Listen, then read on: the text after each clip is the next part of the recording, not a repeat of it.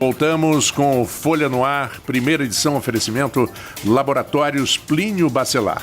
Temos aqui nos estúdios da Folha FM o comandante do 8º Batalhão da Polícia Militar, Tenente Coronel Rodrigo Ibiapina. Comandante, muito bom dia, muito obrigado por aceitar o convite da Folha FM, estar aqui conosco. E os assuntos que não faltam, né? E Arnaldo vai dar o pontapé inicial aí do nosso papo, da nossa entrevista. Arnaldo. Bom dia, comandante, né? A gente estava falando aqui no bloco anterior, né? Já conversamos aqui um pouquinho nos bastidores, né? Aqui em off, sobre essa apreensão que aconteceu ontem. Vamos do factual, depois a gente faz um debate mais amplo, né? Ontem já tinha fechado a edição impressa, da volta de 11h30, meia-noite, estava no fechamento das outras páginas, mas as páginas de factual já tinham sido mandadas para a gráfica, quando chegou a notícia que a PM apreendeu cerca de 400 quilos de maconha na Baixada Campista, né? E a foto, eu vi na Folha 1 aqui, o senhor também estava ali, junto com outros policiais nessa operação. Eu contasse pra gente como que foi esse trabalho de investigação, como que chegou a essa questão. Bom dia, Arnaldo, bom dia, Marco Antônio, bom dia a todos os ouvintes da Folha. Ontem foi uma operação que resultou na apreensão de uma grande quantidade de entorpecente, foram mais de 400 quilos de maconha, ali em Saturnino Braga, e essa apreensão foi fruto de denúncia, né, encaminhada para P2 do batalhão. Os policiais foram checar, era uma extensão de terra bastante grande, a denúncia não especificava exatamente o local, e os policiais levaram em cerca de 5 horas fazendo a varredura no terreno para poder encontrar o local exato onde estavam armazenadas as drogas. E, comandante, você está falando de uma grande extensão. Antes de eu entrar nessa questão de extensão territorial que abrange o batalhão, falar de contingente, de necessidade de ampliação, a gente vai conversar sobre tudo isso. A gente tem mais 2 blocos, além desse, mais 2 blocos pela frente. Ontem também teve um caso que está na capa de hoje, de um policial militar que teria reagido a um assalto em Guarulhos e baleado um dos suspeitos. O senhor acompanhou esse caso? A polícia, como ele seria um policial do Rio, se o senhor puder confirmar para a gente se isso procede, como que a Polícia Militar está acompanhando essa questão? É um policial do Rio que é morador de Guarulhos, né? Houve uma tentativa de roubo, ele reagiu, segundo o policial, ele conseguiu atingir um dos criminosos, eram 2 numa motocicleta, eles conseguiram se evadir e nós fizemos buscas aí nos hospitais, mas até o momento, né, nenhum dos 2 criminosos foi localizado. Mas estamos atentos e esperando receber algum tipo de denúncia. A população tem ajudado muito a polícia nesse sentido. Aqui em Campos o trabalho da Polícia Militar, acho que não só em Campos, né, sempre em conjunto com a Polícia Civil, com a Polícia Rodoviária, principalmente agora nessas operações que acontecem durante feriado, sempre há uma questão de trabalho conjunto. Mas como o senhor destacou agora, é importante também que a população participe na ajuda da elucidação de crimes, né? Tem canais específicos para isso dentro da Polícia Militar também, comandante? Tem, nós iniciamos aí em janeiro um novo canal que foi o Facebook. Nós temos através das mensagens privadas, recebendo inúmeras denúncias, né? Dinâmicas de procedimentos por parte de marginais, que são ali relatados por pessoas que conhecem os envolvidos em crimes. Também Disque Denúncia, o próprio 90, que ainda é o canal que mais recebe informações, né? De delitos. E, lógico, né, como você bem disse, Arnaldo, a integração é o ponto forte, né? É a tônica hoje da segurança pública, a gente não consegue obter bons resultados se não houver uma ação integrada entre as polícias, né? E entra a Polícia Civil, Militar, Rodoviária Federal e a Guarda Municipal, que é um ente importantíssimo nesse contexto. E nós estamos caminhando sempre para melhorar ainda mais essa relação. Agora, o senhor tocou em um ponto que eu ia deixar um pouquinho mais para frente, mas já que o senhor falou, a gente vai aproveitar aqui para a gente estar conversando sobre isso.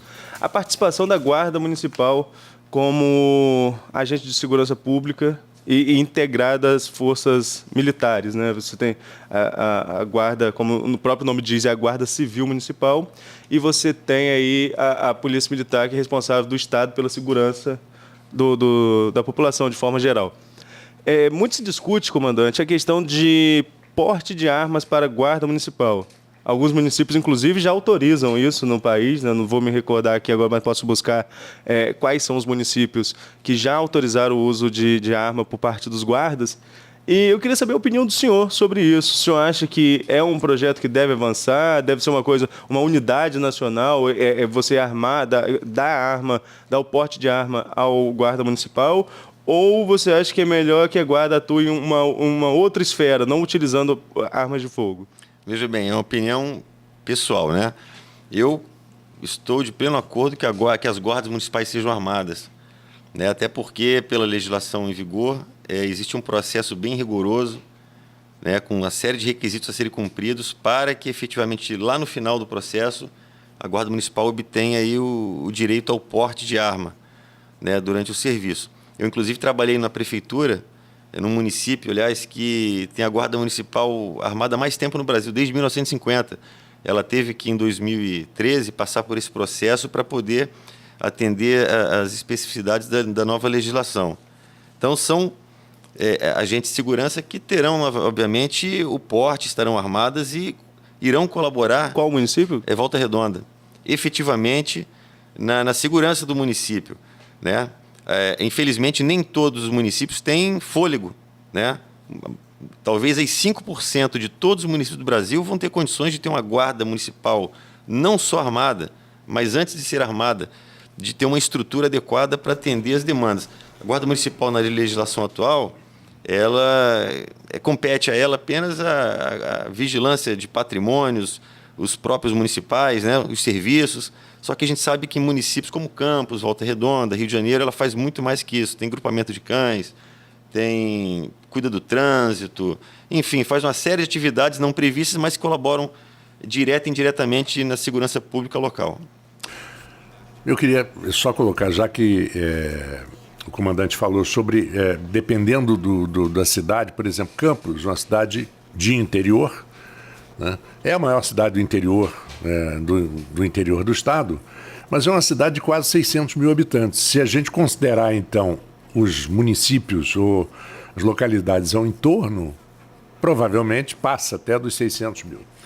Se nós somarmos a população da capital da Califórnia, que é Sacramento, são 400 mil habitantes, com a capital do estado de Nova York, que é Albany, que não chega a 100 mil habitantes, dá menos de 500. E são capitais.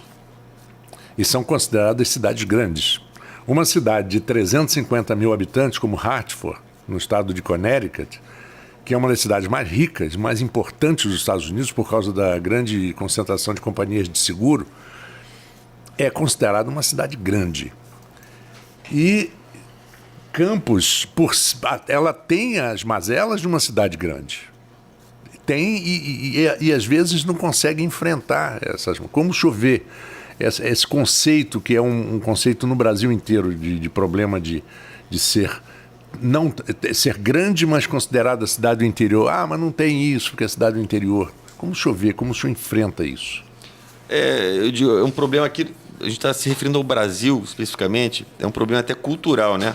Se a gente comparar as cidades brasileiras com cidades de outros países, a gente vê assim, uma série de diferenças até na estruturação. A gente está falando de segurança pública, da própria segurança, né, dos agentes. São cidades, por exemplo, Nova York. Né? Nova York tem um contingente policial muito grande se comparado ao estado do Rio de Janeiro. Muito superior ao Rio de Janeiro. Né? E olha que a cultura lá é outra. Né? Apesar daqueles anos em que já chegou a ser parecido com o Rio, mas o Rodolfo Giuliani conseguiu estabelecer tolerância zero final dos anos 80. E no próprio Brasil, a gente tem cidades, Joinville, em Santa Catarina, por exemplo, tem 600 mil habitantes. Né? O efetivo policial não chega aí a 1/3 do que temos aqui em Campos. E os problemas são bem menores. Então, assim, as cidades têm que se adequar, na verdade. Eu acho que Campos é uma cidade que está absorvendo bem agora, apesar do efetivo policial ter diminuído pela metade nos últimos 20 anos, né? Não só na polícia, mas enfim, no serviço público em geral, a gente tem visto aí uma defasagem, né? Por conta de problemas até financeiros, enfim. Mas eu vejo que existe aí tem que ser feito um estudo para se adequar, né? Aos problemas das cidades que estão aparecendo, estão pipocando aí, né? Principalmente em Campos, que é uma cidade grande, como você bem disse, uma cidade que tem aí hoje um município, 503 mil no último censo, né? Mas a gente juntar aqui os municípios limítrofes dá 650 mil habitantes. Então, os serviços públicos acabam convergindo para a cidade de Campos, que é o satélite, né? Desses municípios menores. E eu tenho acompanhado esse movimento, a gente vê que é um esforço grande de todo o poder público, seja na esfera federal, estadual, municipal, para a gente poder absorver essas demandas. Arnaldo. Essa questão, vamos voltar um pouquinho aqui o assunto, né? O senhor falou sobre essa questão aí das cidades do entorno. Hoje o 8º BPM é responsável pela cidade de Campos, a cidade inteira, né? Tem que se destacar que você tem o lado de cá, o lado da área central e a região de Guarulhos, que é uma área bem complexa na questão de segurança, e a gente vai abordar isso com mais detalhe um pouquinho mais na frente. Você tem São João da Barra, São Francisco e São Fidélis, né? Essa área de Sim, 4 abrangência. municípios. 4 municípios. E o efetivo da Polícia Militar, ele é o suficiente para atender essas 4 cidades, comandante? Olha só, até para te posicionar, nós tivemos aqui há 20 anos atrás 1.500 homens, né? Hoje nós contamos aí com 900 homens prontos, uns 800 e pouco. Varia muito de acordo com licenças médicas, enfim. É um efetivo que está aquém do necessário, né? Eu pego esse efetivo, não vou dividir irmãmente, porque Campos há uma demanda muito maior de policiamento, mas eu vou ter que dividir esse policiamento por 4 municípios, depois pelas escalas dos policiais, e aí vai ter um número muito pequeno para ficar no dia a dia nos municípios, né? Então isso aí realmente afeta. Né, afeta um pouco a segurança, por isso que a gente entra muito o efetivo da Guarda Municipal em Campos, ele é mais do que o dobro do meu efetivo de policiais para atender Campos. Por isso que eu falei muito da Guarda Municipal de parcerias, porque a gente precisa desse apoio, até porque a população está acostumada a ligar um 90 para tudo. E, na verdade, 25% das ligações do 90 são demandas específicas da Polícia Militar. As demais são de outros órgãos, mas as pessoas se acostumaram tanto com o 90 e acaba que um serviço público não saindo a contento cai na conta da PM, porque ela ligou e não teve o retorno.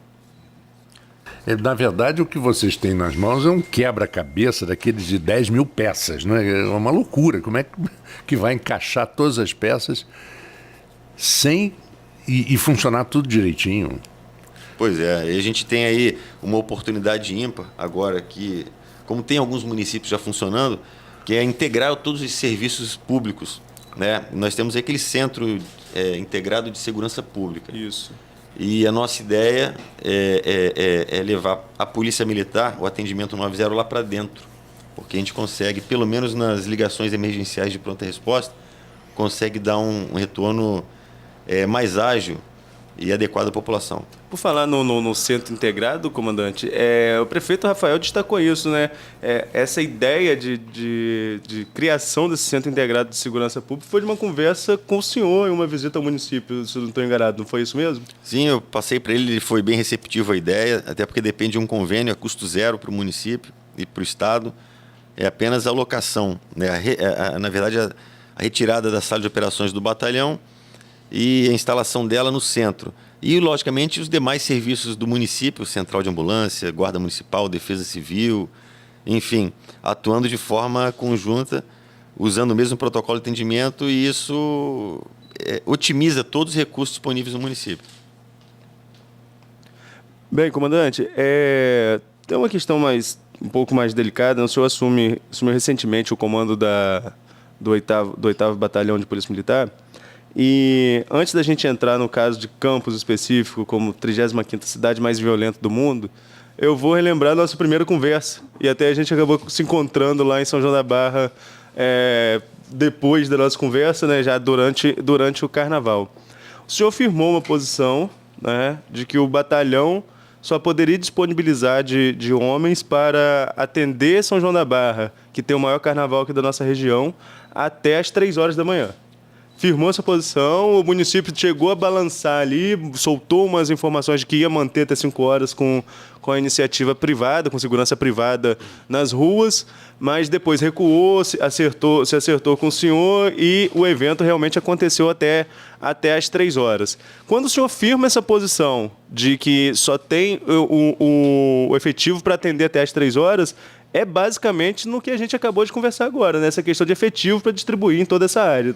Limitação. Só para você ter uma ideia, Arnaldo, no Carnaval agora de 2019, eu atendi em apenas 5 dias de Carnaval 216 eventos nos 4 municípios. Né? É muito evento. E eu tenho a limitação porque o meu policial já está trabalhando na folga. Né? No Carnaval é uma situação sui generis, Carnaval e Réveillon. Sim. Os policiais trabalham na folga. Eu já tive um aporte de recursos humanos de outros batalhões para atender. Então, a gente coloca no tabuleiro lá o efetivo todo de que disponho para atender 216 eventos. Então, eu tenho limitação. O policial ele tem uma carga horária que deve ser respeitada. Né? E eu na matemática, eu tinha ali um número X de homens para atender um número X de eventos, mas eu tinha que estabelecer o horário de serviço deles. Então, em São João da Barra foi onde eu aportei mais recursos humanos. E mesmo assim, existia uma limitação, porque os eventos começavam à tarde. Havia uma troca de turno, então eu só tinha condições de atender com segurança até às 3 horas. Por quê? Porque a gente sabe que tem uma hora de dispersão, então meu policial ia embora às 4.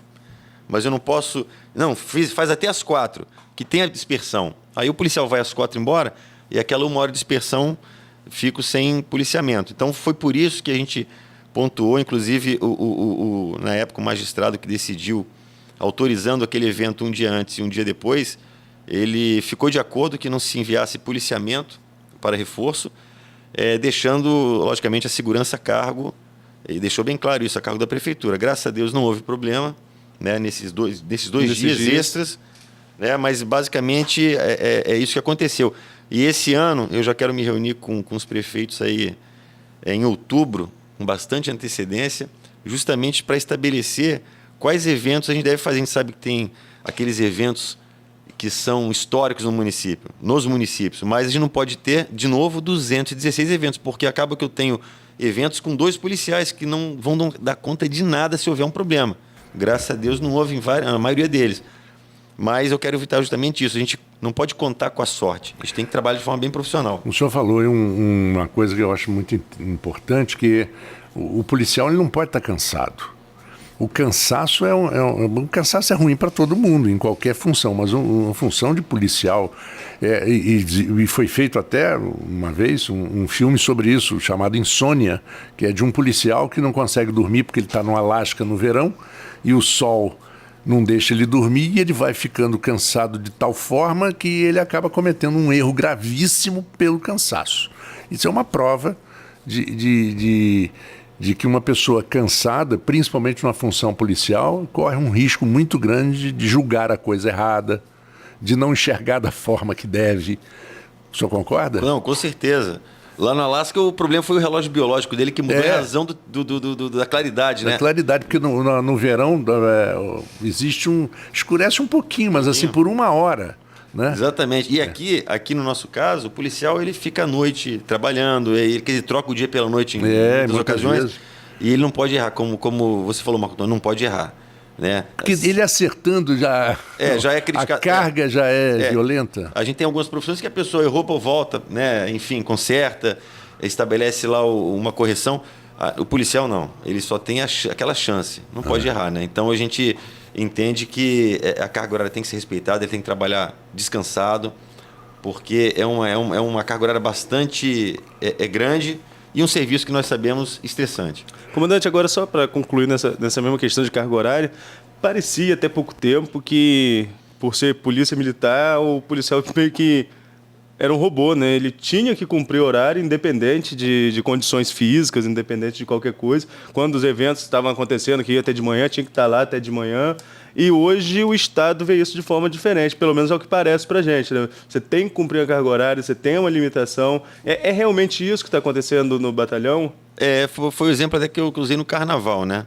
Em épocas passadas aí, o policial ficava porque teve aquele receio, poxa, vai acontecer algum problema, eu estou aqui, mas todo mundo tem a parcela de responsabilidade na segurança. A polícia tem a dela e vai prestar dentro daquele trabalho para qual ela foi chamada ali. Agora, a gente não pode extrapolar, né?